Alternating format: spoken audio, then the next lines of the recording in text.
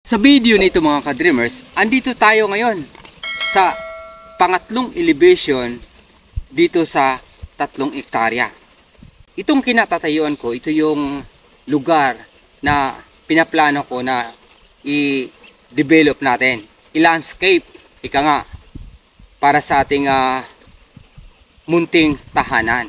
At dito ko rin plano, itatayo yung ating studio.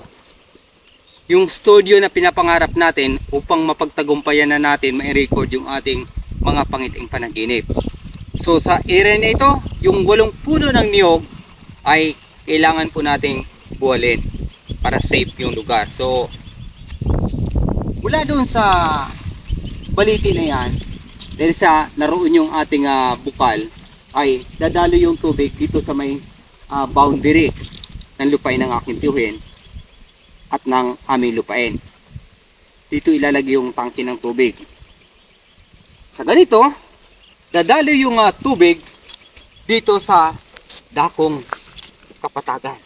Dito sa ibaba. Ito na. Yung kapatagan, kung mapapansin ninyo mga ka-dreamers, ay marahanap po nating nalilinis. Ito yung i-develop natin sa hinaharap. Dito natin buuhin yung ating pangarap sa pagsasaka. Passion ko yung pagsasaka. Kaya ganito yung pangarap ko. Masaya ako habang kumikilos. Araw-gabi na yung ginagawa ko para mangatupad yung aking pangarap. Kahit na wala pa yung ating source of energy, ay gumagamit po tayo ng solar para magtuloy-tuloy yung ating gawain sa pagkumpuni sa lugar na ito.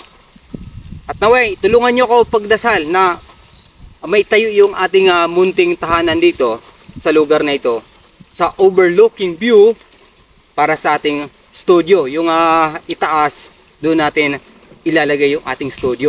So dito sa lugar na ito, buuhin ko yung pangarap ko na dito may sakatuparan yung ating recording, filming ng ating mga pangiting panaginip. Ayan mga ka-dreamers, kung mapapansin ninyo ay maraming puno ng niyog. So sabi ko nga, yung ating mga niyog ay sinalanta po ng mga peste ng daga. Kaya ganito na lamang yung ating pagsusumikap na maayos sa hinaharap. Kaya sana tulungan tayo ng ating mga viewers and followers sa hinaharap na mga tupad yung ating source of water. Yun yung pangunahing kailanganin ko dito para may tayo natin yung ating mini studio sa hinaharap kapag magkaroon tayo ng masaganang ani sa susunod na taon. Hindi ko po minamadali talaga yung ating pangiting panaginip na may bahagi ko kaagad sa inyo. Dahil sa napakadami noon, mag-antay po tayo ng tamang panahon kung kailan natin may sakatuparan ng mas malinaw. Ika nga, may bahagi ko sa inyo yung lubos na kaganapan, mga pangyayari, eksena ayon doon sa ating prophetic dreams vision. Ito yung mga tanda at kababalagan bago ang dakilang araw ng Panginoong Hesukristo. So 32 dreams dito natin sa lugar na ito. Develop ko to, so madadami itong puno ng niyog na ito. Kasama to siya sa mabubuwal natin para may develop tong lugar. Medyo malaki-laki itong ila-landscape natin dahil sa madadami po yung 8 puno ng niyog. Sa ganito, kampante tayo sa ating recording filming kapag may tayo na natin yung ating fulfillment studio dito sa lugar na ito. Peaceful at green sa hinaharap yung makikita natin sa buong paligid.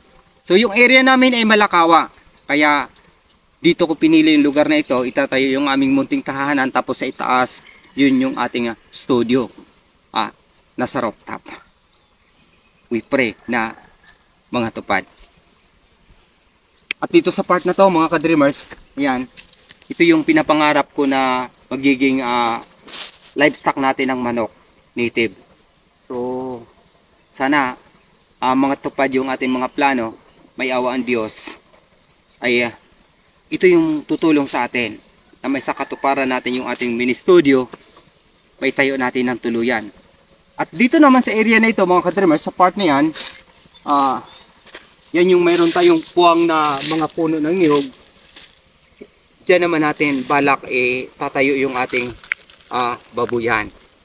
So wag mo na pigiri kasi babuyan mo na para lang sa atin yung ating para bang yung passion mo sa pag-aalaga ng mga baboy at manok, yung ating livestock.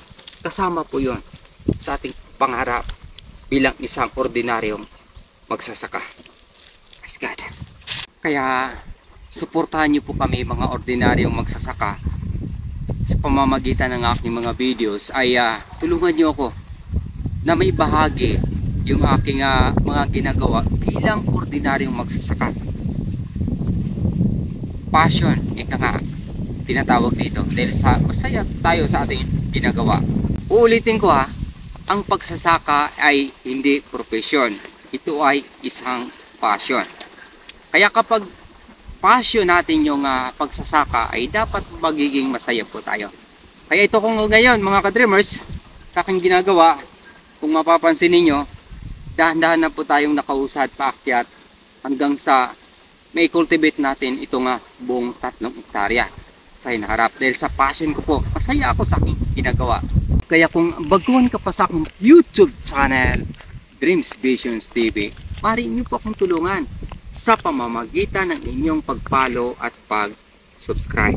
At sa harap, sa aking mga pangitaing panaginip ayon sa Biblia, mga tanda at kababalagan bago ang dakilang araw ng Panginoong Hesukristo.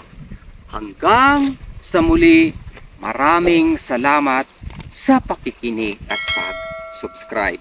Papuri sa Diyos, sa ngalan ng Ama, ng Anak, at ng Espiritu Santo.